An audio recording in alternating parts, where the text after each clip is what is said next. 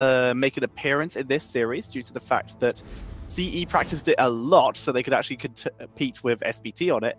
But here we can see the stats where CE do hold an advantage. Like I said, the one struggled in the earlier weeks and then dominated the last one. CE, though, they once again also had a shaky start, but a much quicker rise to the top of the table, where they finished the season 4 points ahead of anyone else. 7.4 average KDA there, actually quite powerful. TheOne ends up choosing Infernal Shrine, so we're going to jump back onto that map. We see Sky Temple being banned out, as well as Towers of Doom. So neither of those maps going to be available. Yeah. Yeah, the one banning towers, they, like I said, CE would probably want to go there, so TheOne banning it out, very smart of them. But this is the one map choice, so CE going to be bringing out the first bans and first picks.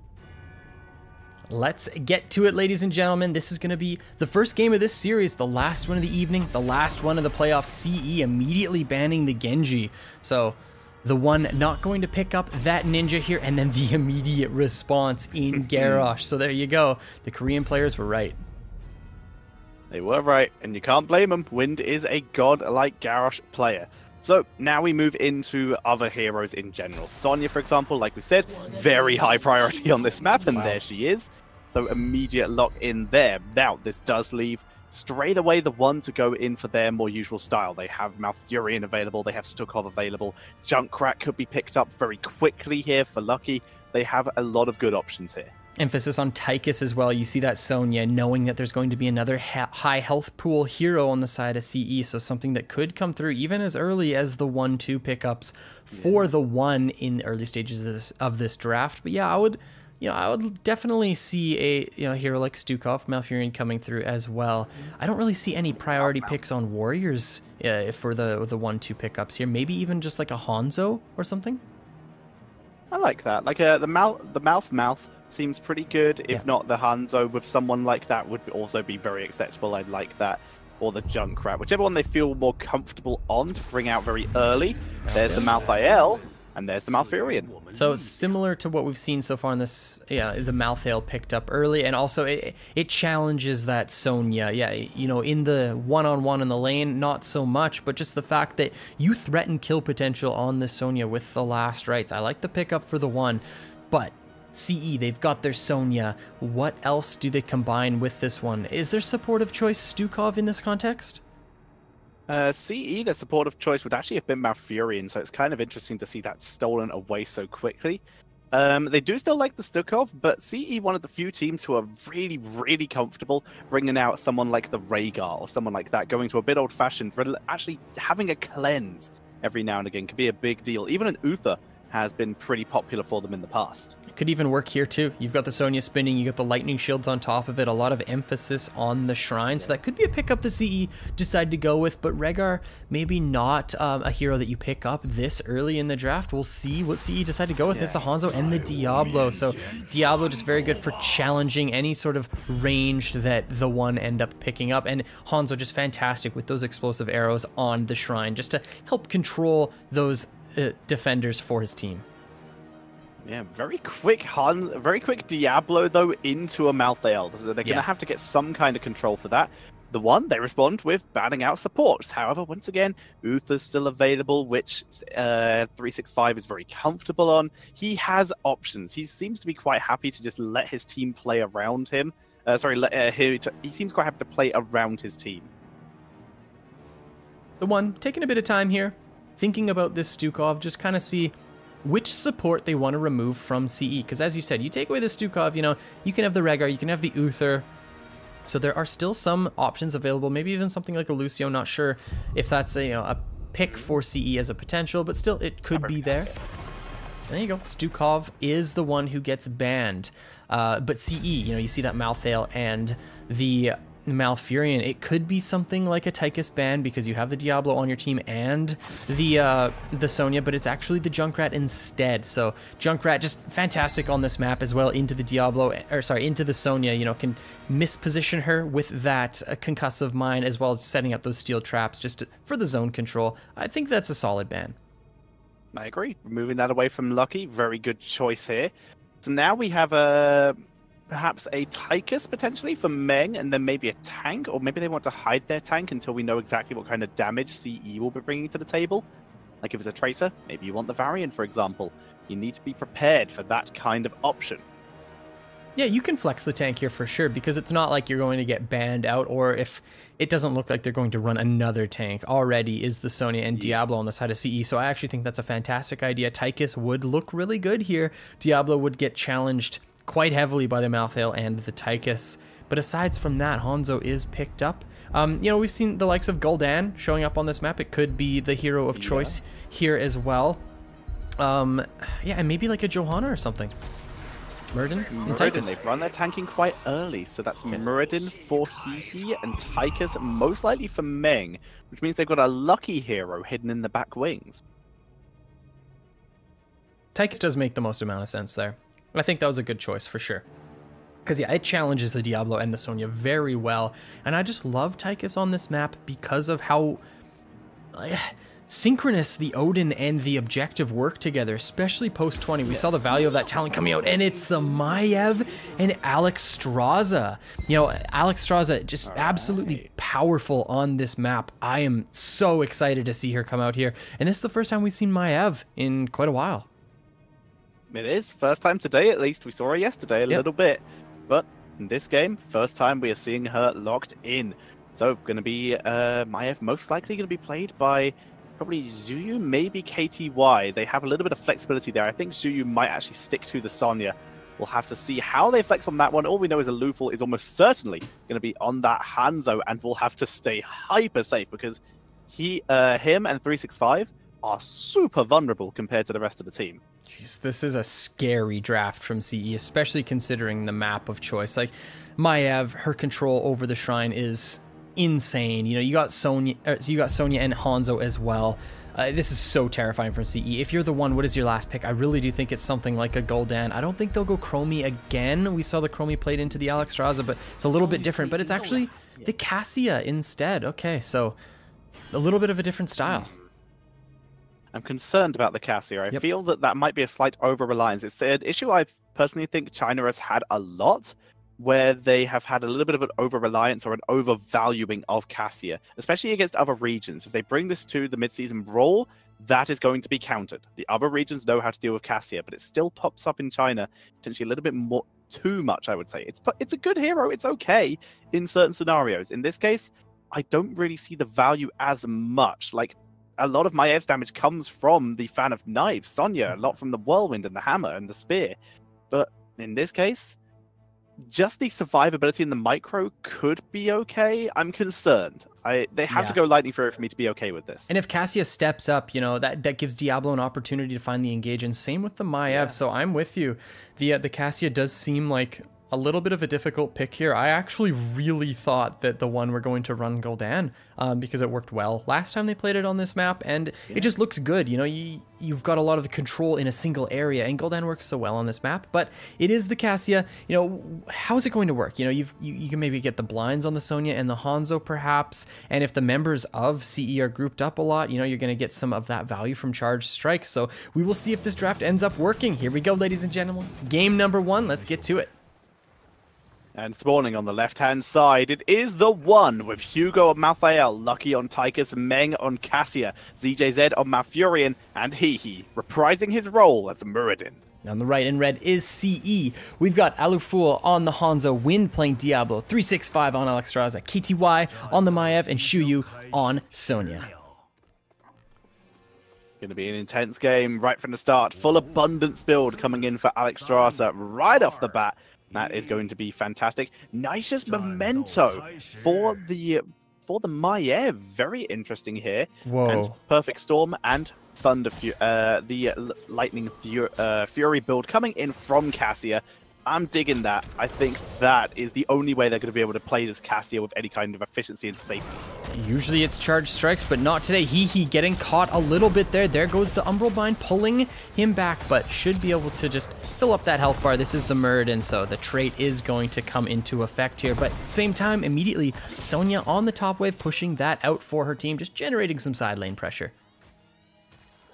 So no, neither team getting any kind of first blood or anything like that, but Both teams already beginning to fire in shots at the minion waves, cleaning up as best and efficiently as they can.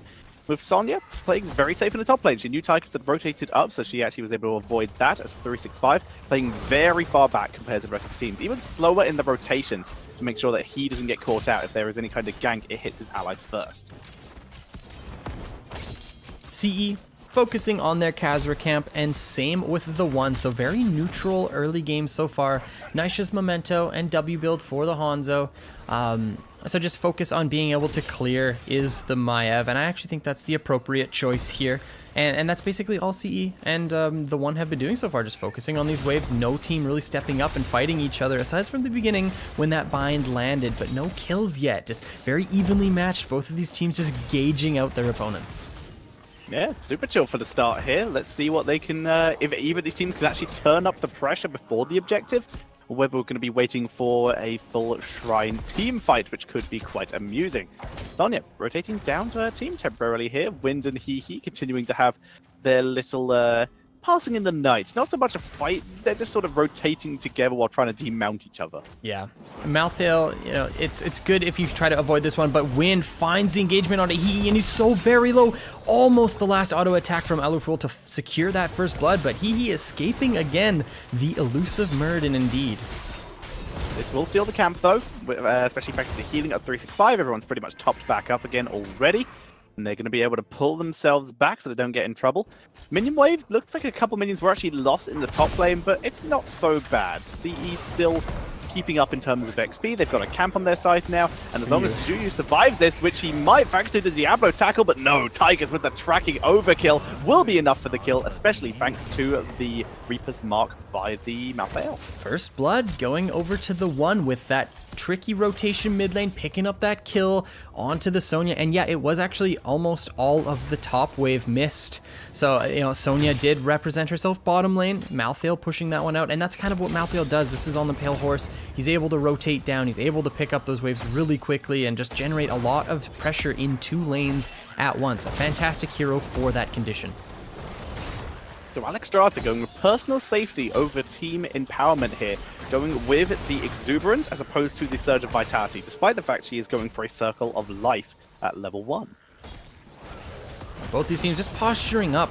CE's draft is quite strong on the Shrine, so they're going to look to try to establish a little bit of control here. Dragon Queen likely going to come out soon to try to challenge this one, and here comes Maiev with the engagement. Ooh, he just escaping on that one. With a good pull in, the blind expires. Wind unable to get the overpower, is now in danger. Move to the abundance though, will get the heat. Is it enough to save him though? Wind pulling back takes huge damage, but will survive. Malfurion killed off as the counter though, as Zhuyu shreds the back like KTY. Heal him! KTY gets healed off by 365, and they stay alive. And now Zhuyu is taking some good damage from Hugo, who is winning the 1v1. Lucky is forced back though, and Aluful picks up the kill. CE take that fight and the first Punisher. Lots of kills going over to CE. First objective in their favor, and that is the power of Dragon Queen. It was popped quite early, around the 20 Skeletal Defender marks. Pushing in was CE. They found the kills, they find the objective, and now they have their focus set on mid-wall. Likely that's all that's going to be taken from CE. You know, chances are the fort doesn't go down. Yeah, members of CE already looking to rotate out. Wind mounting up and running down to this bottom lane. So just controlling the camps off of that objective. So nothing too crazy, but still, it's worth mentioning. They get that mid wall starting to open up this map in favor of CE. Maxraza continuing to go for some resource management and the ability to keep exuberance up as much as possible. Life Blossom coming in here. Pretty much basically one of almost every talent. So currently she just needs a Flame Buffet talent and she's covered the spectrum. But CE continuing to rotate around, clearing the lanes, trying to put pressure onto the lanes to gain advantages that way.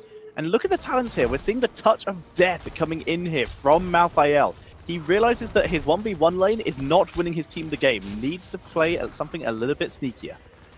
Yeah, not going for the massacre in a, in a fight that involves a lot of heroes being clustered in one area, so kind of focusing on the single pickup with the last rites instead of just the area effect of massacre. So we'll see if that one ends up paying off. But Hee looking for this rotation, finds the storm bolt, but that's not really the target you want to find it on, and Win just with the toss over. But he's in a lot of trouble, actually taking a lot of damage as the Diablo.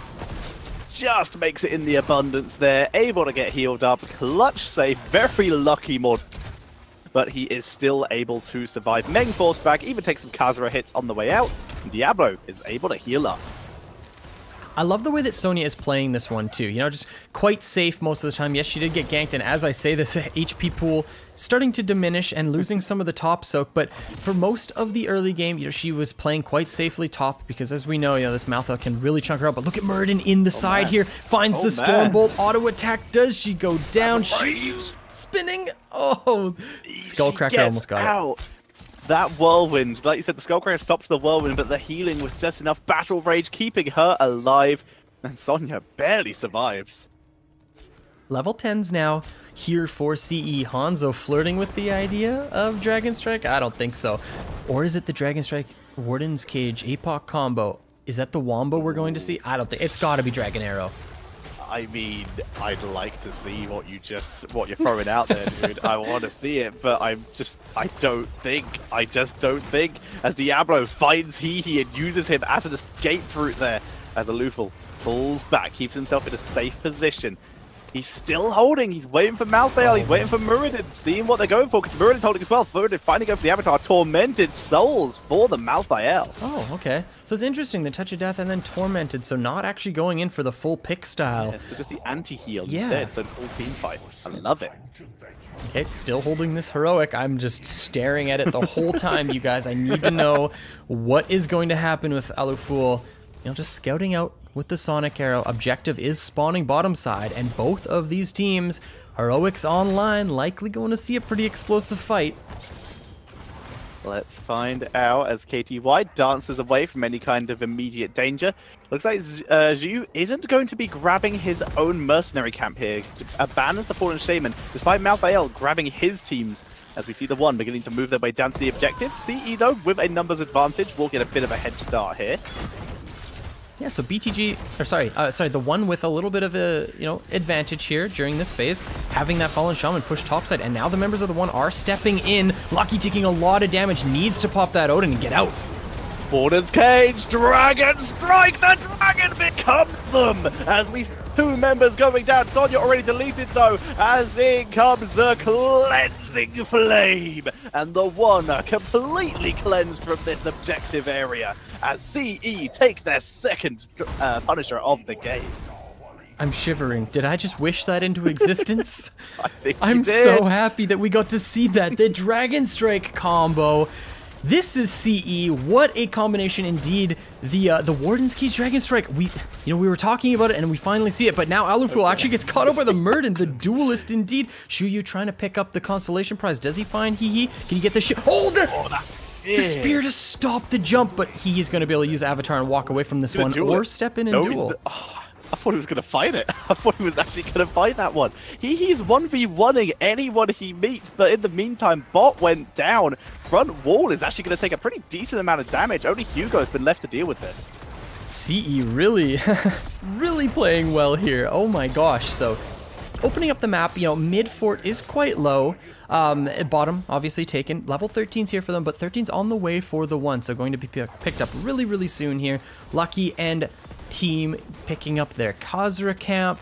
So just looking at getting this 13. Meanwhile, Shuyu catching their Fallen Shaman camp, going to be pushing topside. Both these teams now on the same talent tier, so technically they can take a fight, but the team fighting potential from CE with this combo is huge. They're holding it together as they move in, cleaning out the mercenaries as fast as possible. We already see Circle of Life complete for Alexstrasza. That's a pretty big deal for that amount of sustain. Lightning Fury already up to 23 stacks as well, so not bad there either. As down goes mid-fort. Here comes Diablo. They're looking for Hehe as he's already used Avatar. It's not off cooldown. Here comes the Warden's Cage. The Dragon becomes you as they get deleted. Are you serious? Bolt of the Wardens even saves KTY from Lucky as Lucky goes down. 4 for 1 in favor of CE. I just don't know what to say here. Look at this Shuyu on the front side, just taking some damage from Lucky, but he's okay. Look how big the Warden's Cage is. Huge stun Dragon Strike on top of it. So much damage from this Hanzo, picking up kill after kill. Auto attacks onto Lucky. Another one that is 4 kills for CE. The rotation topside, picking up another fort. And this is a 3-level lead at this point for CE. They look dominant right now. Hanzo's getting mercenaries. Top lane's pushing in. Sonya's back. They're going to be able to contest Fallen Shaman camps pretty soon if they want to. They look so far ahead right now. Hehe is pretty much the only one able to survive these kind of engagements thanks to Dwarf Toss. Wind scouting out, looking for the combination on a He. He's got the recess with 13 or 16. KTY coming in with the bind, but in a little bit of trouble here. Now the members of CE just need to back away. They've got bottom pressure coming in. He now gets comboed again, but there's the Avatar. Wind not landing a single wall stun there as He able to tank through all of this and force Wind back. He even drops a little bit of damage onto Juyu on the way out. Keeps himself alive, looking for the turnaround onto the Sonya. Sonya is forced to retreat at least a little bit. Oh, going a little bit further in. Expecting KTY. A nice Twilight Dream from Malfurion, looking for the turnaround as He dives in. Here comes the Dragon Queen. Hugo is dueling Wind in the background as the APOC hits nothing. Warden's Cage this time not able to hit. Yeah, CE missing the mark there, but Shuyu still on this front line trying to check out Lucky. He's in a lot of trouble. There goes the Odin, but it's not enough to save him. Hugo with the huge Tormented Souls trying to stay alive, doing as much damage as possible, but Wind, he looked for the combo, but he doesn't find it. Shuyu still spinning, killing everyone. Wind looking for a little bit more damage, and now the focus is on Hugo. Hugo's still going. The members of CE are so low. Hugo is still going, but this is a 1-4-5, folks. CE picking up another team fight without a lot of their big team fighting heroics available. Yeah, that touch of death was huge by the Malthael, but it was a little too early before the Cleansing Flame came out. And as such, Alexstrasza able to keep her team alive, and the damage just short of being enough to set up the kill there. This keep shall fall first of the game. Actually, it looks like they are going to have to back up. Tychus, a little bit too scary here. They're just going to try and let the minions work it. And of course, the Punisher will kill this in seconds. Exactly. CE just trying to set up the map so that they can potentially end off of this Punisher. This Punisher is going to be arcane. It's going to be pushing top onto a keep that has not 20% health, so 16's not here for the one yet. They're going to be picking it up very soon, in just a moment here. Likely they're going to step in, and this could be the last team fight of the game if it swings in CE's favor. KTY trying to dodge Muradin as Muradin stuns out Wind. He pulled into the backline as Sonya is distracting the front line. Good stun by Wind, getting a little bit of percentage damage. Zuyu heals himself, gets a shield up. Katia done with her spear. The Bull Lightning also good damage onto a Luful, but there's the Abundance along with the Fountain, healing a Luful basically back to full as they wade forward. Muradin taking the commitment. Last chance play here. In comes the Warden's Cage. The last rites, the Dragon Strike, not so good this time as Hugo goes down anyway. Meng getting absolutely wiped. 365 and a Luful able to kill him off. They will chase down He. And a much calmer fight this time, but it's still a massacre, and CE will still take it, along with somehow Sonya also being able to do the objective at the same time. Yeah, he escaping barely with his life there. 4-for-1 trade, CE with the objective. This Arcane Punisher pushing top. Meanwhile, they do have the Khazra pushing in bottom, so maybe it's another keep as a consolation prize, but doesn't really matter at this point. Still 25 seconds on the Tychus. Focusing this well, and now CE moving in. Wrath of the Berserker popped for the Sonya. Here goes the combination on a He. The jump from the Punisher. Can they kill Muradin? It looks like CE are just going to focus on the core, and perhaps ZJ's not quite. Punisher deciding to ignore the keep, moved onto the core. Everyone's alive. This could be a disastrous play. Ball Lightning, 365, take it out. Wind just dives the core. Absolute full commitment here. Uses the Hellgate. Juyu gets commitment. There's the Twilight Dream to try and take him down as Hanzo moves in.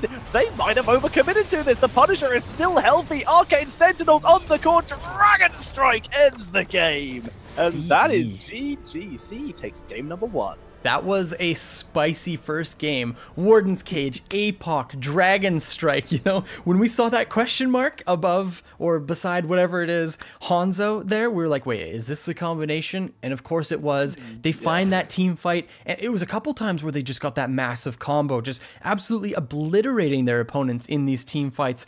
That was an insane game number 1. And super well played, especially to Maiev, I've got to call out. Those were some pretty decent Warden's Cage, some very patient engages, a lot of pressure onto the Muradin, who otherwise would have had a lot more freedom. Then, of course, Wind, those tackles. Even though he didn't get too many wall stuns, he was still creating a lot of pressure. Absolutely. I liked the way that Diablo and Maiev kind of played together. You know, that's how they work, obviously. Diablo finds the CC and then Maiev with the binds off of it, but man, those Warden cages were actually terrifying. If you are the one, who are you focusing? Do you focus the Hanzo? Do you focus the Maiev? Like, so many members of this roster look like they're able to carry. This is a scary team. They really are. They really are indeed. But for now, that is only game number one. The one, they still have so many tricks up their sleeve. And see, they have been known to just sometimes pick up a draft that can sort of give their opponents free wins in the past. They need to keep their drafting under control, keep thinking logically through it, because that was pretty good. It certainly was.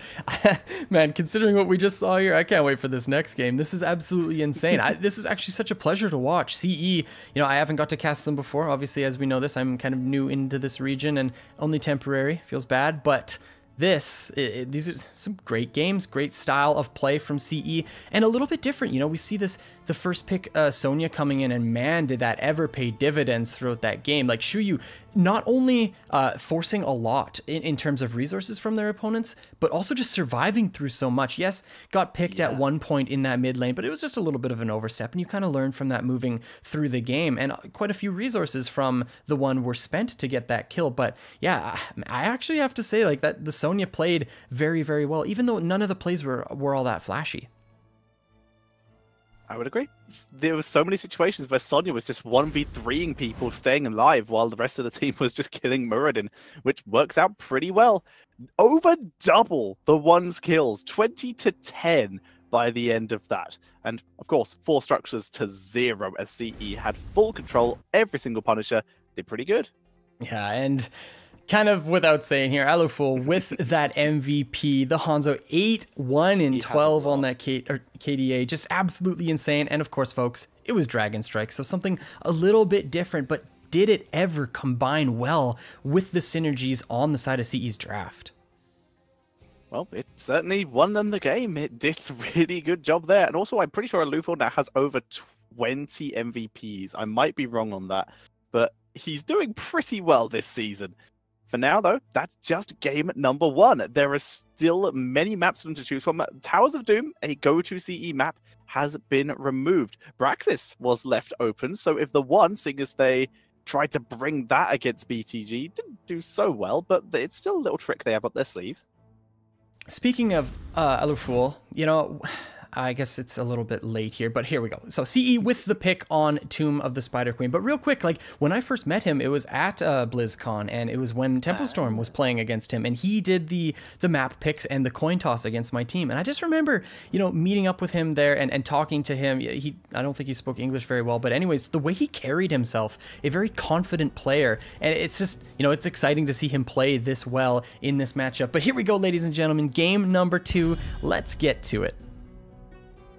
And this is going to be the one's ban, as this is Tomb of the Spider Queen, a CE map choice here.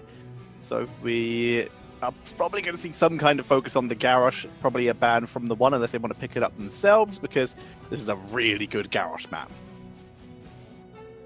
The one